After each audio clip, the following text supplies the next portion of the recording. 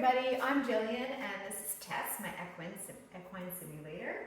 I thought I'd give you a very quick run through of what she has to offer, the riders who come and see me and Tess. So currently she is on the instruction feedback screen. So if you look up at the TV, we get feedback from all her sensors. So I'll give you a quick rundown of those sensors. There are rein sensors. So if you look at the screen as I turn her head with the left and right rein, you'll see the same thing happens on the horse on the screen.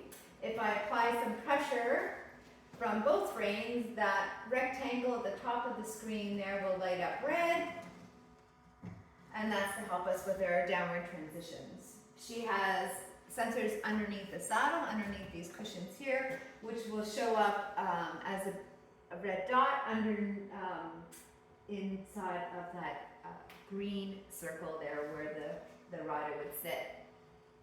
She has leg sensors as well, so that the rider can ask for an upward transitions as well as flying changes and other various movements. So I'll just demonstrate that. If you watch the screen where it says left 1, that'll light up green. When I touch this, the first sensor, middle sensor, and third sensor.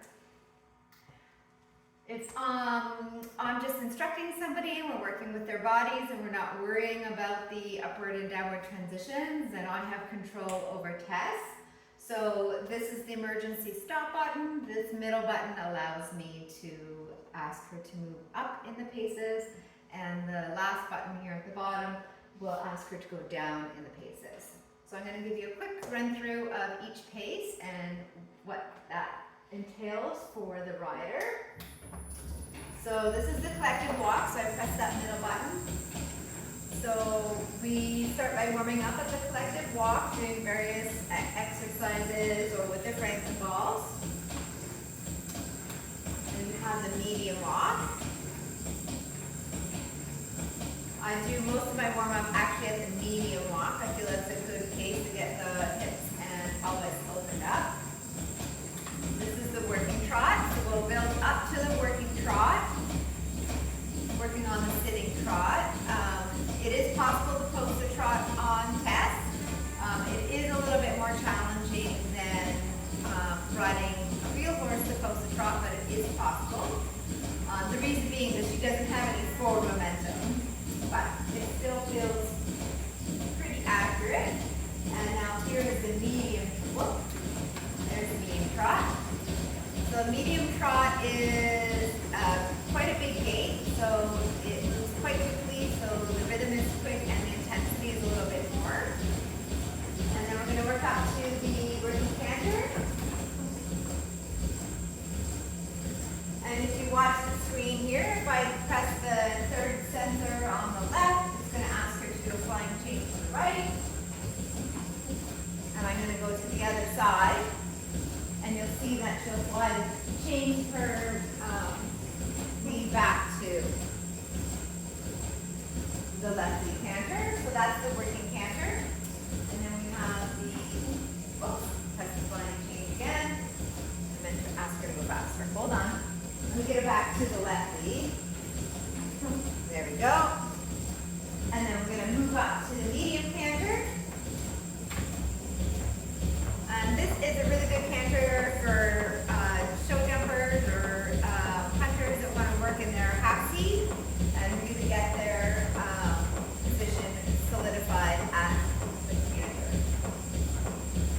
So those are the paces that she has to offer. There are other movements as well, shoulder and leg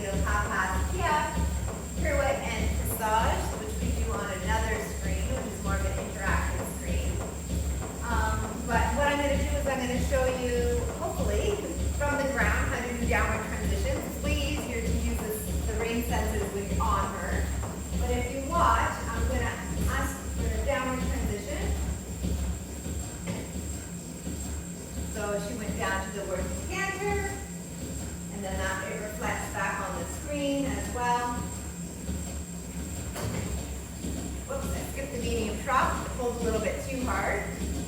Luckily she doesn't have soft tissue in her mouth because it cuts too hard. So if you do pull too hard for too long, she will go right back to halt. I'll try not to have that happen, but it might. So let's see if we can go from the working trot to the medium walk.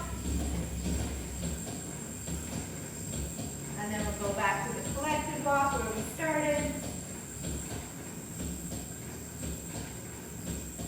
And then we're going to go to the halt. So that's a quick overview of what Tess has to offer. If you have any questions or comments, go ahead and leave them below, or you can go ahead and send me a DM and I'll be happy to answer any of your questions. For more information, you can follow me on the socials or visit me at my website. Thanks again.